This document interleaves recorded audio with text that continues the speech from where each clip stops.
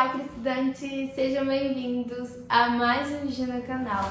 E hoje nós vamos falar um pouquinho sobre a introdução do modernismo brasileiro. Nós vamos falar sobre os antecedentes, desde 1917 ali a 1922 e um pouquinho da primeira geração. Então essa aula é uma introdução ao modernismo brasileiro. Vamos começar falando um pouquinho do cenário daquela época, que era assim, a Belle Époque, a Bela Época. Ali o Brasil estava começando o seu processo de industrialização, estava passando por reformas urbanísticas em Rio de Janeiro, estava construindo as avenidas, o bonde elétrico estava em ascensão. Então, sabe, o Brasil estava passando da República das Espadas, ali entrando na República do Café com Leite. Então, a gente estava passando por um processo também de industrialização.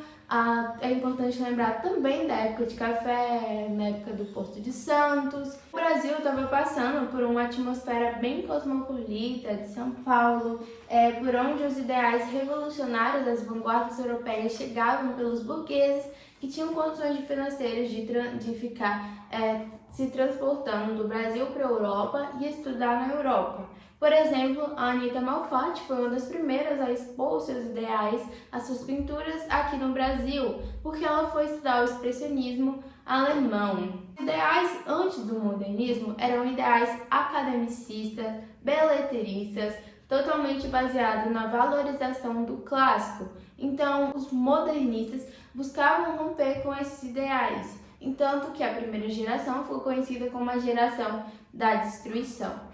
O academicismo era baseado numa poesia parnasiana totalmente rebuscada, totalmente conservadora, baseada na métrica, com uma linguagem bem, sabe, como que eu posso dizer assim, bem difícil de entender, entre aspas. Enfim, esse era o parnasianismo brasileiro, aquele ufanista exagerado. Depois da Anita Malfatti, Mário de Andrade publicou o jornal Comércio, que ele tinha uma rejeição ao artificialismo, arte pela arte, regras limitadas pela criação e era um tipo de beleza convencional. Tudo isso levou à Semana da Arte Moderna, a rejeição desses ideais, a propagação dos ideais revolucionários, vanguardistas, futuristas, surrealistas, todos os ideais das vanguardas ali daquela época chegavam no Brasil através desses burgueses. É importante também lembrar que o modernismo não teve um caráter popular, teve um caráter sim burguês. Como eu já falei, tem um motivo para isso, para ficar se transportando da Europa, e lá na Europa estava acontecendo tudo isso, sabe? A Primeira Guerra estava acontecendo ali depois, então eles tinham um caráter de construção de identidade nacional, já que o nosso ideal antes de academicista era justamente de copiar tudo que a Europa fazia.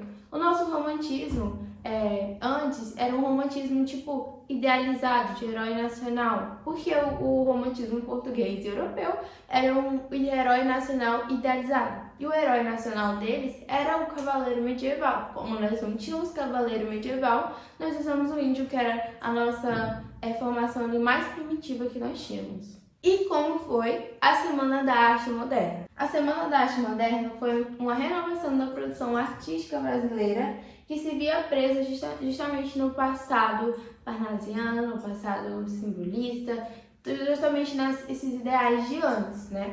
Ela aconteceu dia 13, 15 e 17 de fevereiro, foi no Teatro Municipal de São Paulo, e isso é muito importante você lembrar, porque o Teatro Municipal de São Paulo, ele era o principal símbolo academicista e elitista de produções artísticas. Então foi muito importante ele ter sido feito lá. Tem até uma história toda para que a Semana da Arte Moderna fosse lá. Depois você dá uma pesquisada, lá Caio Prado, enfim, é muito interessante. Eu não vou falar aqui porque senão o vídeo vai ficar muito extenso.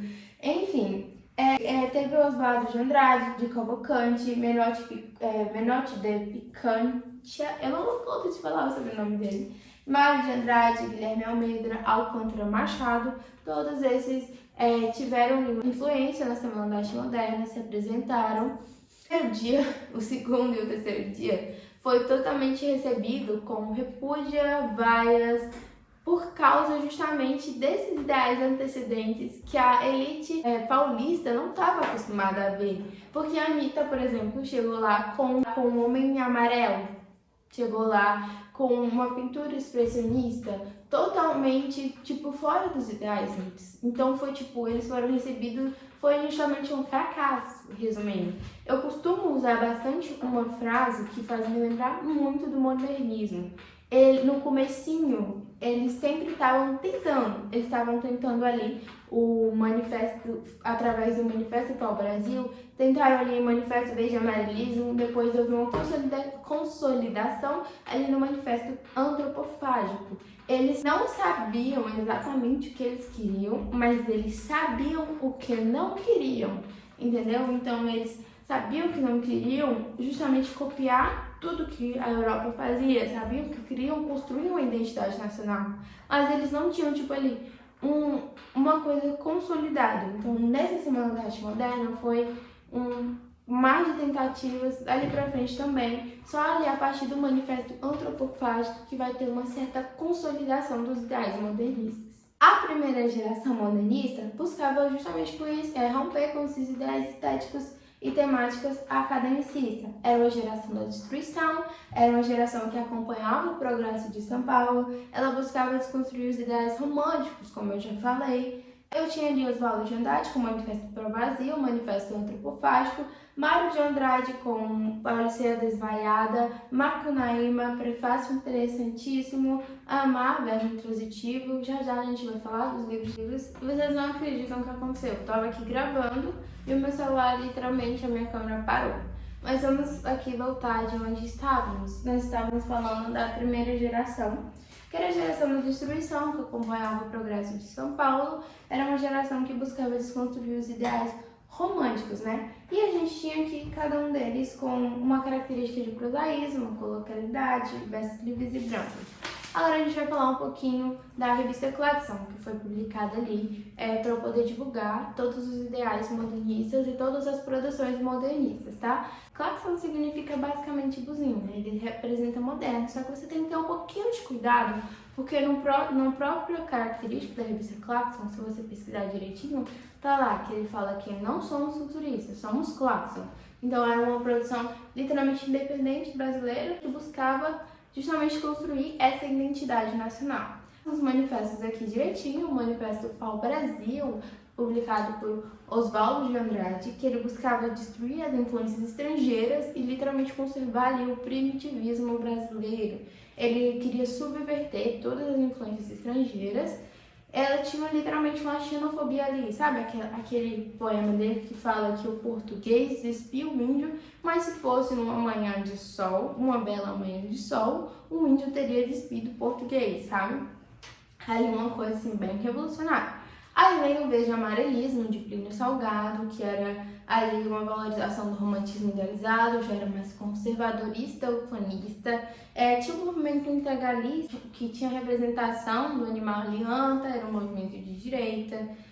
Nós tínhamos um manifesto antropofágico, que foi ali onde chegou uma consolidação dos ideais modernistas, publicado por Oswaldo de Andrade, que tinha um tipo de nacionalismo crítico, né? Que ele não ignorava as influências estrangeiras, literalmente ele queria mesmo devorar todas as influências estrangeiras e conservar o nosso primitivismo, tá? É importante você lembrar de alguns quadros como a Negra e principalmente o Abapuru, que é o símbolo total do antropofágico, tá? Vou deixar aqui algumas questões bem importantes, tá? Que a gente precisa abordar e que você, se você quiser, você pode anotar aí agora, que eu notei como estudante em algumas questões, tá? Sobre o modernismo. Número 1. O nacionalismo crítico do antropofagismo é um dos principais temas abordados, principalmente na tela Vaporu, a tela Negra, os operários e também a representação cotidiana que a Tarsila do Amaral pintava. Então é importante você entender que o Vaporu é uma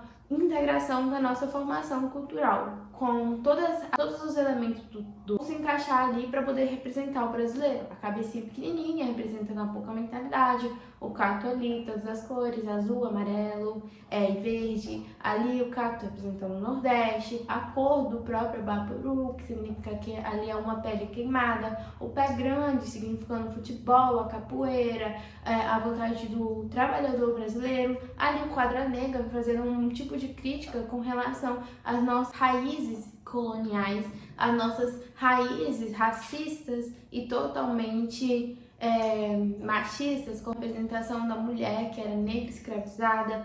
Se você tem que prestar atenção nesses mínimos detalhes, ali no quadro que representa a paisagem brasileira, são representações do nacionalismo brasileiro, genuinamente, mas também com um tom de criticidade, entendeu? Outra questão bastante importante que precisa ser abordada é sobre a linguagem do modernismo. Como eu já falei, a linguagem modernista tem um tom totalmente de coloquialidade, ali marcas de oralidade, como o uso de pra, uma sintaxe ali talvez desconstruída. Como eu já disse, os dicionários da época não conheciam as diferenças fonéticas entre o português de Portugal e o português brasileiro. Outra coisa que eu acho que eu já mencionei, mas eu vou frisar aqui para você anotar, é que o modernista brasileiro não tinha caráter popular, ok? Ele tinha um caráter essencialmente burguês. E você precisa lembrar da obra Macunaíma, de Mário de Andrade, que ela é uma desconstrução totalmente do herói idealizado do romantismo. O Macunaíma é literalmente um herói sem caráter, uma representação do brasileiro. É um indígena que vivia no Amazonas, não tinha pai, não tinha mãe, era altamente influenciável, e o livro é cheio de metáforas para você prestar bastante atenção.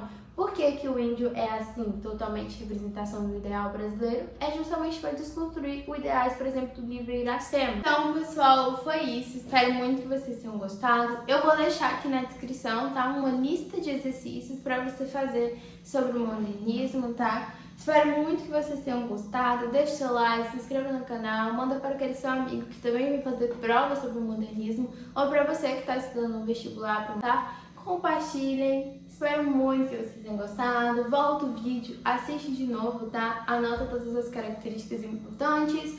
Lá no finalzinho do vídeo que eu frisei algumas coisas que eu, como estudante, observei em várias questões, tá? Espero muito que vocês tenham gostado. Um beijo e até mais!